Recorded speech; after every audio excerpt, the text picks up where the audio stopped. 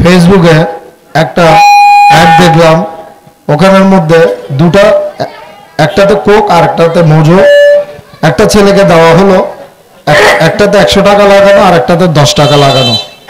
ওখানের মধ্যে দুটা ছেলে 100 টাকা যেটা কোকে লাগানো ছিল সে সাধারণ ছাত্র ছিল, যেটাতে 10 টাকার নোট ছিল, ওটাতে মজু ছিল।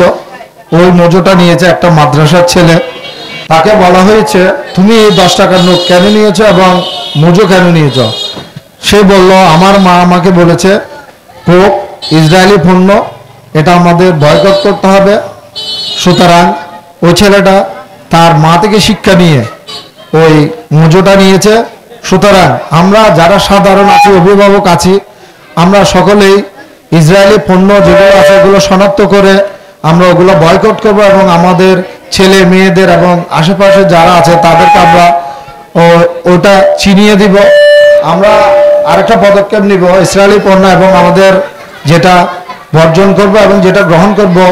আমি আশা করব আমাদের যুব সমাজকে আমাদের একটা ব্যানার টাঙিয়ে যাতে এখানে লাগানো হয় কোনটা আমরা নেব এবং কোনটা আমরা ছাড়বো। সকলকে আমি ধন্যবাদ, আবারও ধন্যবাদ জানিয়ে পশ্চিম মহল্লা কর্তৃক আয়োজিত এই আমাদের বিশাল বিক্ষোভ সমাবেশ সমাপ্তি ঘোষণা করছি। আসসালামু আলাইকুম ওয়া রাহমাতুল্লাহি ওয়া বারাকাতুহু।